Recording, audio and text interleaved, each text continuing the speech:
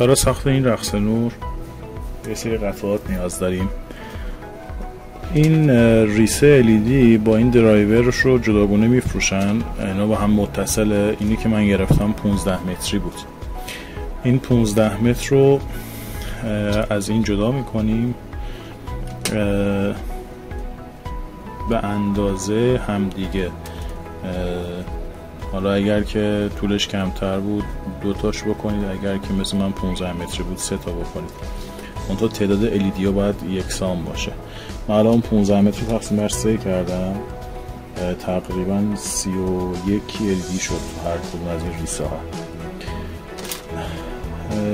3 تا دونه لوله آب 3/4 اینا رو من 18 سانتی بریدم و یه شیار دادم اینجا. شیارش هم دادم فقط به خاطر اینکه این LED که من میپیچم دوره این لوله پشتش یه مقداری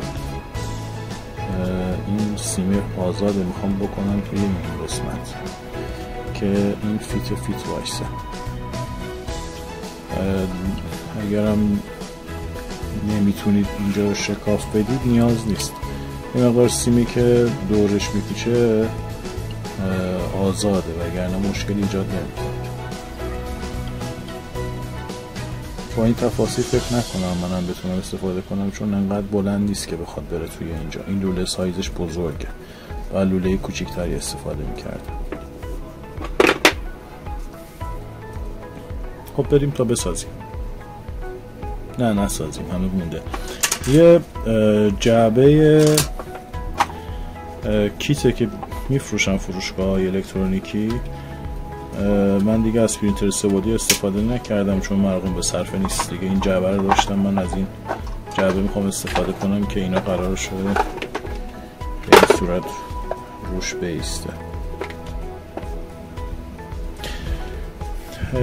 یه سوکت مادگی USB واسه تغذیه این بورد که میره توی این ماژول. هم کنترل داره، هم طریق یه QR کد اینجا که اسکن کنید نرم افزارش میتونید دانلود بکنید، با بلوتوث میتونید بهش کانکت بشید و از طریق گوشی هم کنترلش بکنید. خب بریم تا بسازیم. خب برای اینکه کارمون قشنگ‌تر بشه، چون خدایش خیلی زشته، برچسب میخوام بزنم دور این لوله ها رو.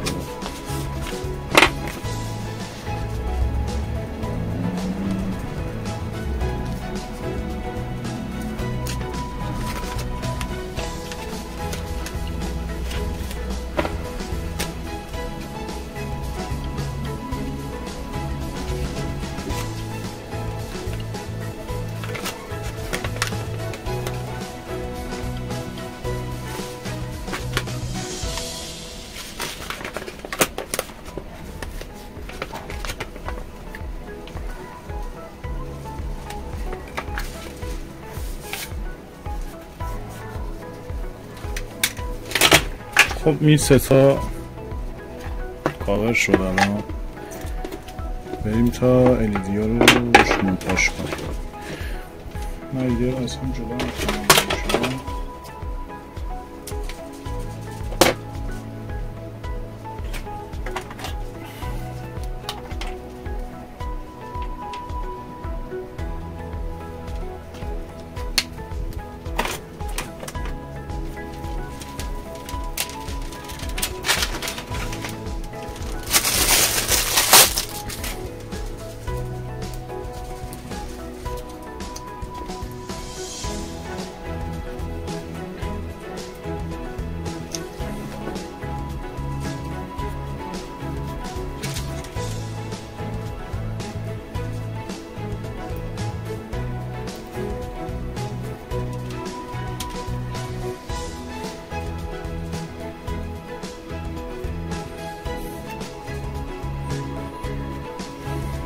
دقتتون رو انجام بدید، یعنی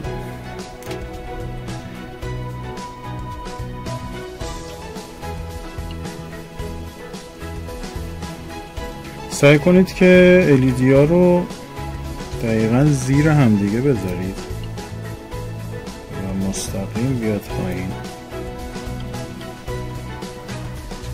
تا ظاهر کارتون خوب بشه.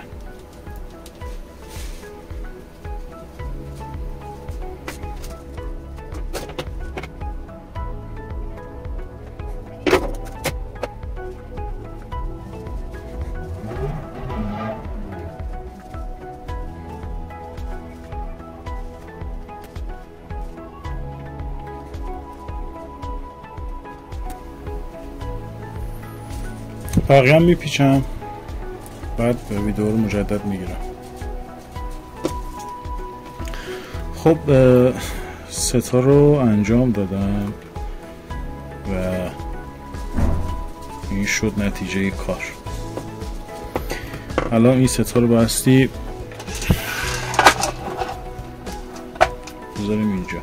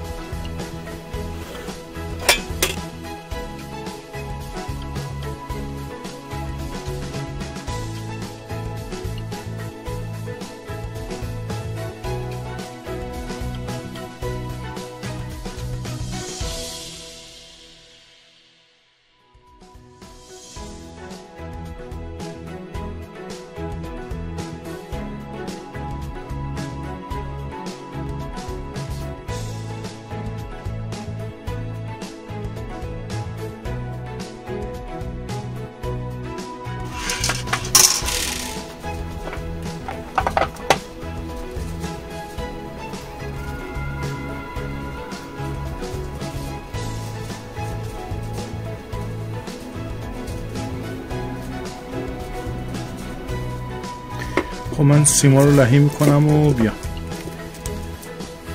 اینا رو بلند کنیم از اینجا بفرستیم تو که از اینجا در بیاد و بتونیم وصلش کنیم به درایور.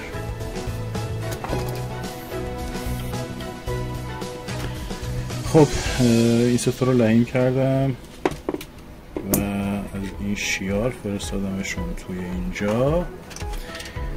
الان اینا رو بایستی وصل کنم اینجا و با چسب حرارتی فیکسشون کنم.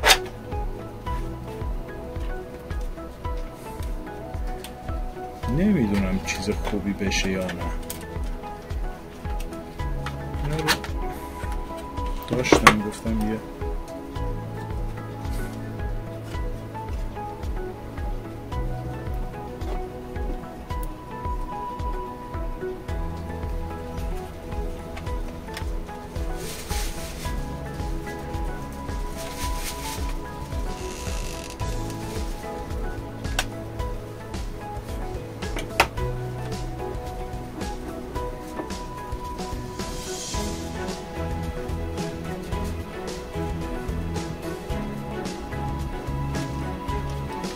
خب میذاریم تا سرد بشه چسبه. بریم سراغ این درایور. خب این سه تا سیم داره، مثبت و منفی و وسطیش هم دیتا.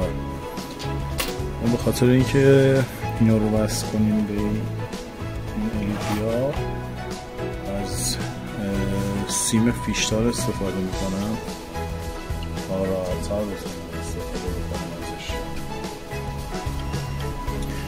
خب این فیش سه تا سیم داره، این نریه، اینم مادگی که این طرف وصل کنه به الیدیا، این طرف هم وصل بشه به درایور. اینا رو لحیم میکنم میام. خب اینو لحیم کردیم، اینم لحیم کردیم. الان اینو ببندیم. خب الان تستش بس بکنیم.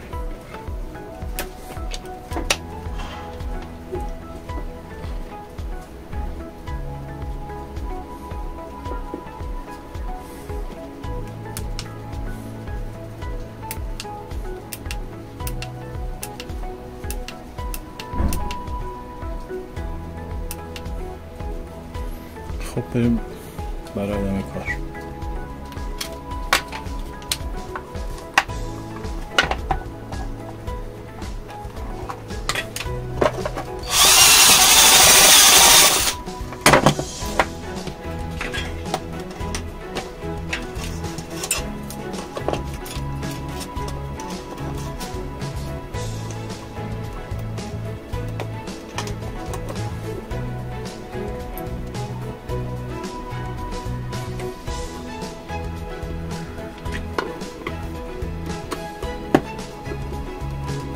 خب اینو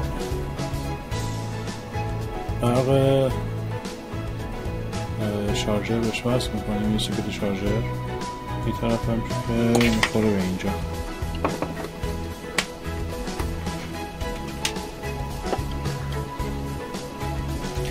این تموم شد دیگه. بعد فیلم تستشو راه اندازیشو میذارم براتون.